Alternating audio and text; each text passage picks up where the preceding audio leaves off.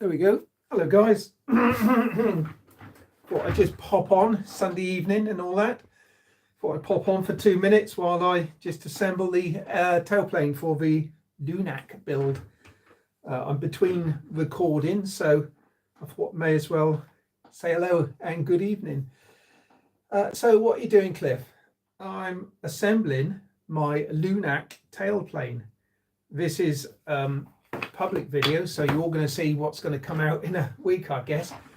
Let me just put these glasses on, make sure things are looking cool. Yeah, shall I just move that down a little bit like that? There we go. Better with that light off. Oh, I don't know, that's very bright, isn't it? Let's turn those away a minute. How's that? That's a bit dark. Let's try one, shall we? There we go. Oh, we're not alone then. Hello everybody. There's 8 people watching. That was very quick. Only just gone on. So what I was just saying was oh, by the way, I don't know if I've got messages will come up or not. I don't know if I'll see who's on, because I've not live streamed from my telephone before. There's some buttons I can press. Oh, hi Mark. Yeah, it's all right. I'll get building. I'm just wondering if where the comments for them can come up, but they're sideways, so they're going to be at a funny angle.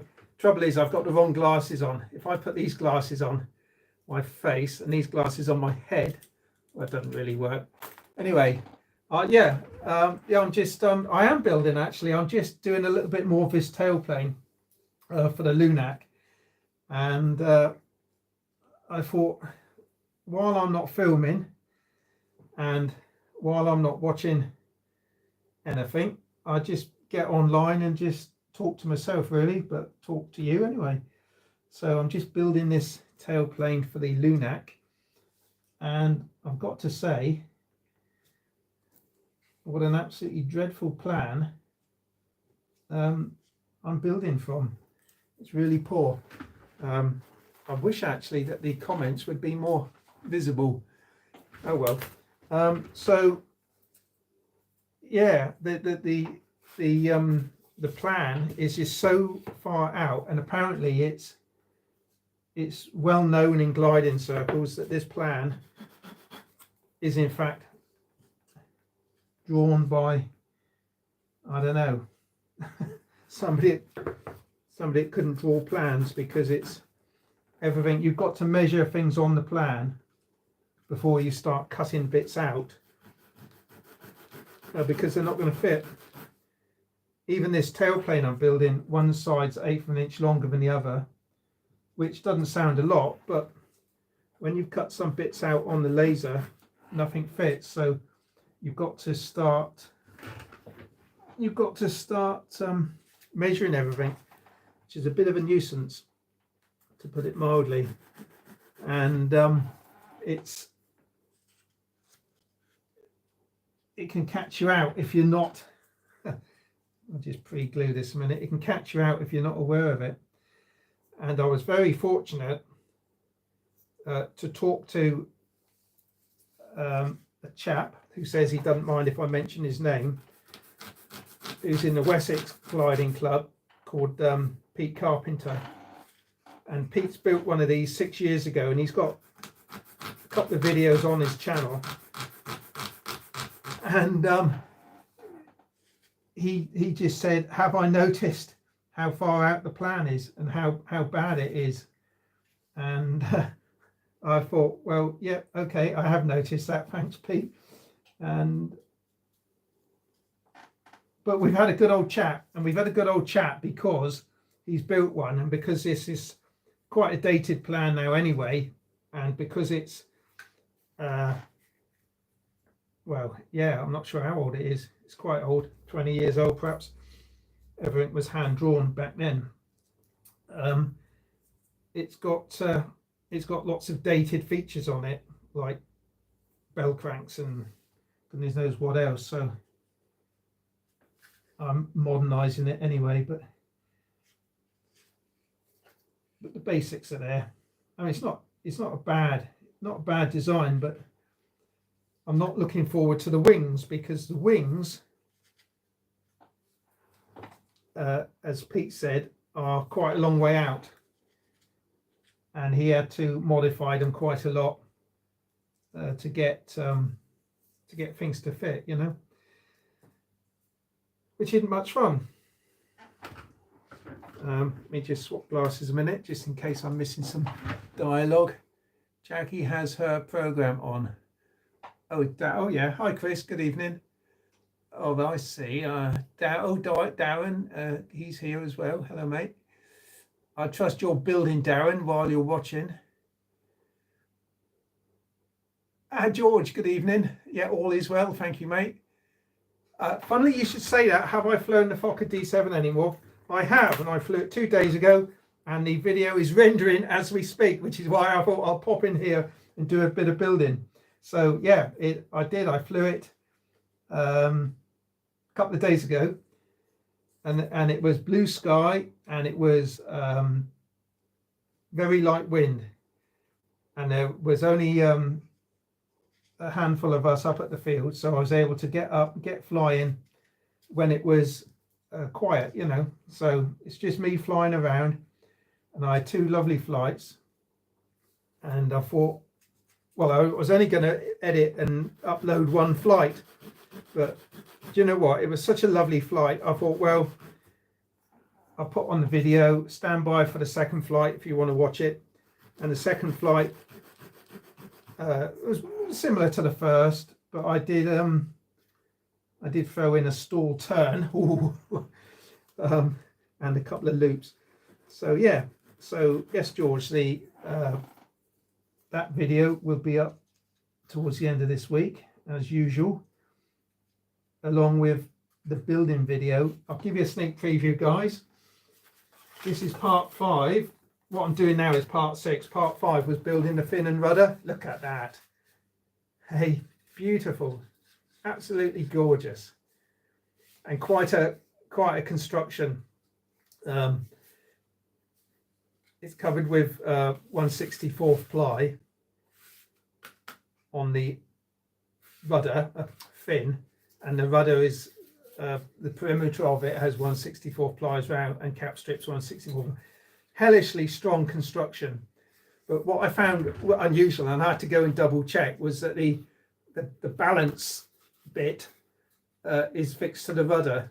Well, they normally are, of course, but normally with these sorts of things, it's fixed at the top, and then the rudder works underneath, doesn't it? Anyway, so I'm really pleased with that. It's come out beautiful, but quite a construction, quite a few parts. These parts with the little twiddly bits on, oh, you can't see, these parts with the little twiddly bits on, I drew up on the laser and cut out, and because they're beautiful, they just stick straight on, and yeah, really pleased with that. So I've got the pull bracket in the bottom. That's all epoxied in, ready to go. So there's a sneak preview for you. That'll be in part 5, but fascinating. I just love building it, and being a finished piece, you can start it and finish it, and there it is. It needs just fettling here and there, but generally it's pretty good. It's done, so that's good. Sneak preview for you.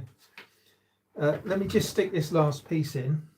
Let me just make sure the angle there wants to be slightly more on the back there. You can't see what I'm doing here, actually, can you? There we go. So I'll just pre-glue that bit and let that set for a second. A bit more glue on there. What else have I done today? I've built the elevators. I'm going to take these pegs off now, actually. These pegs. Isn't it lovely to have a variety of clamps and pegs, because I've got 4 different sorts of pegs and they've all got different tensions on, you know. So it's ideal. Not that I bought any, because I raided Sal's washing line or peg bag, you know. But there's the elevator, which looks pretty good.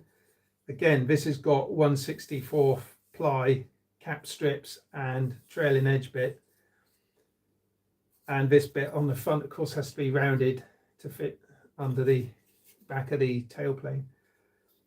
But yeah, nice. I cut the ribs out on the laser, but I had to draw them up first, and it wasn't until I started to draw them up I realized that, well, how far out everything is. It's just shocking actually. So like I said, you've got to double check everything you do. But the next thing's going to be the wings, and the wings I'm not looking forward to, because as Pete said, if you missed what I said just now, Pete built one, and I spoke to him on the telephone, and he was saying how far out the wings are and how much he had to muck around. So let me just put this last pin in. So I'm not looking forward to putting that together really, because I've got a lot of building and a lot of checking to do. Interesting, on the plan it says build the washout in on the A-Law, but he was talking to one of his club members, Chris Williams actually, and he was saying that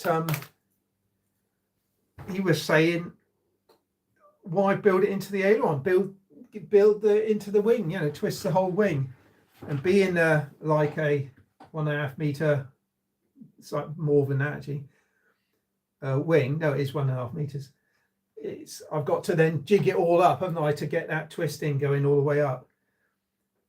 But also the entire wing is covered in 0.4 mil ply, 1/64 ply, except for the ailerons, and I'm not going to do that. I'm going to cover it in 16th balsa, because this is what Pete has covered his in. He's had no problems, so I'm going to do the same, because the cost of 1/64 ply is ridiculous, whereas balsa of course is a fraction of the price. How's the fuselage looking, Cliff? Well, here it is. Oh, that's what I was going to tell you. I'll tell you what, just before I tell you that, let's just offer the fin and rudder up. Look, that goes there like that. Doesn't that look fantastic? It looks a mile long on the camera, but yeah, doesn't that look brilliant? That'll go somewhere like that. Oh wait, no, it goes all the way down actually, like that. And then there's a big fairing that goes on the front, which is 1/64 ply, which I'll probably make out of that. So yeah, that's nice. It's coming together really quick actually. You've just seen, yeah, the video, this weekend's video was doing the wing center section. Haven't put any filler on the around the join yet, but they've come out beautiful. Really happy with those. Interestingly, actually, Pete, on his model, he planked the entire fuselage down to the back of the trailing edge with 3/32, whereas I've done all the infill in between the formers and spars and what have you, which, had I spoken to him before, I probably would have done that myself. It would have just as much work, of course, actually, but anyway, I'm going to glass it all, so it doesn't matter. But yeah, so that's sitting there waiting its turn, and you probably saw the video from today, this weekend, of Charlie test flying his ASK-13, which went really well. Hello everybody, I've probably missed some of you. You've made me cut some balsa while I watch. Okay, brilliant, well done Mark, keep going. Nice work on the rudder, thank you George. Yeah, it came out really well. It's funny actually, something like that, because you can't lay it down because of the curvature of the fin. So I forgot how I built it now. Oh, I must have jigged it up somehow, or did I build it? Well, it'd be in the video. I just wait for the video. I think I put the ribs on vertically, or did I? I don't know. Wait to see in the video. I don't want to give too much away, do I? Okay, so why did I contact Pete? carpenter was because he's built one and he's got a video on YouTube on how to mold a cockpit canopy, and he made his own sucker thing, you know what I mean. So I asked him, well, he made a beautiful plug, yeah. And so I found his phone number and spoke to him, and he's still got the plug, he's still got the machine. I've given him the dimensions of mine, which are very close to his, surprisingly, given the state of the plan. And he's going to mold me one up. So that's the cockpit sorted out, because it goes up into that lovely bulgy bit in the middle, which is great. And when I said to him about looking for a glider, it was a little bit different. What I said was, you know, as soon as I saw it, I fell in love with the shape, and it was different. All the rest. So he said exactly the same. He found exactly the same. So we're kindred spirits there, which is pretty good. So that's good, because I've got a cockpit plastic coming, and of course I've got the benefit of being able to talk to Pete. He's had his model 6 years and it's still going, so that's really good. I'm just wondering what that button does. Let me just press this. Is this the back camera? Oh yeah, look, there you go. That's the view behind me, looking smart, eh? I haven't flown my Hunter actually for a while, but because you have seen that's a triplane. Oh, I don't know if I can show you it. There she is up there. Can you see it?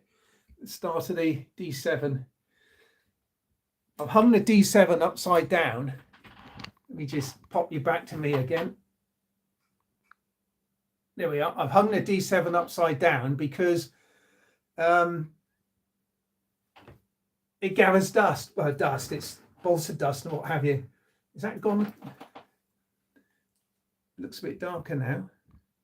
You press the screen. I don't know. Let me just turn a light. I don't want to dazzle you with my hair. So I don't know. It's got a message on it. I don't think you can see that. Yeah. So I've lost my track now. Pete. Yeah. So talking to Pete was really good. I'm really pleased. And he doesn't live too far away, Wessex. I'm not sure how far Wessex is away from Devon, but it's not that far anyway. Chris, you'll know. Where's Wessex? Is that your way? It's not far if it is, 100 miles. Darren, your screen is on its side. Oh, is it? Okay, thanks for that, mate. Let me press. That's what that message is. Orientation is locked. Rotate device back.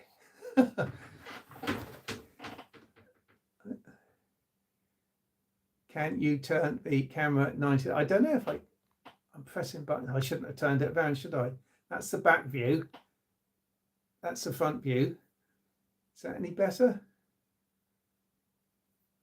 Oh. Still got the message, so it probably isn't. I don't want to keep pressing buttons because I might lose you. What's that button do? Highlight, save to your channel. Oh, must have pressed it. Oh, perhaps that takes a picture. I could press the back button, but oh, I'm upside down, am I? Okay, well, I'll tell you what. Let me undo the camera and turn it upside down and see what that does. Orientation is locked. Rotate the device back. Okay. I shouldn't have fiddled with it, should I? Let me do it up a minute. So it's still... Oh, I'm upside down now, am I? Oh, Lord. What does that do? No. Oh, dear. That's the back camera. I thought by going back to the front camera, it's because I went upside down, wasn't it? Let me try going upside down again and see if that makes any difference. That's looking down. No, it hasn't. What does that do? If I lose you guys, I'm going to come back on. No, it doesn't do anything. All right, Mark, I'm glad you're amused, mate. Just needs to rotate. I can rotate it 90 degrees, but if I do, it's going to be vertical, surely, like that. Right, I'm probably upside down vertically, am I now? The blood's rushing to the top of me head, man. Yeah, well, I'm reading that upside down. See, the text is upside down now, but I'm probably in vertical format now, am I? Yes, you're on your side, Cliff. I think the only way would be to stop recording. Oh, probably will. Yeah, it probably is the only way. I'll put it back to there. But at least the message disappeared off the screen. Yeah. Yeah, I've upset it, haven't I? There's probably a button you can press. Yeah, I'm upside down. Okay, I'm going to stop the stream and I'm going to come back in again because I can't work it out. Okay, all right, guys, I'm going to come back in a moment. Sorry. Are you sure that you want to stop streaming? Okay.